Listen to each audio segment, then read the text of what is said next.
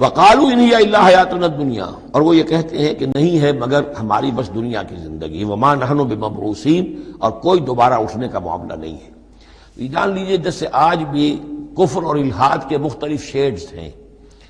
ایک ایسے بھی لوگ ہیں کہ جو اللہ کو تو مانتے آخرت کو نہیں مانتے، ایسے بھی لوگ ہیں جو اللہ اور آخرت کو مانتے رسالت کو نہیں مانتے۔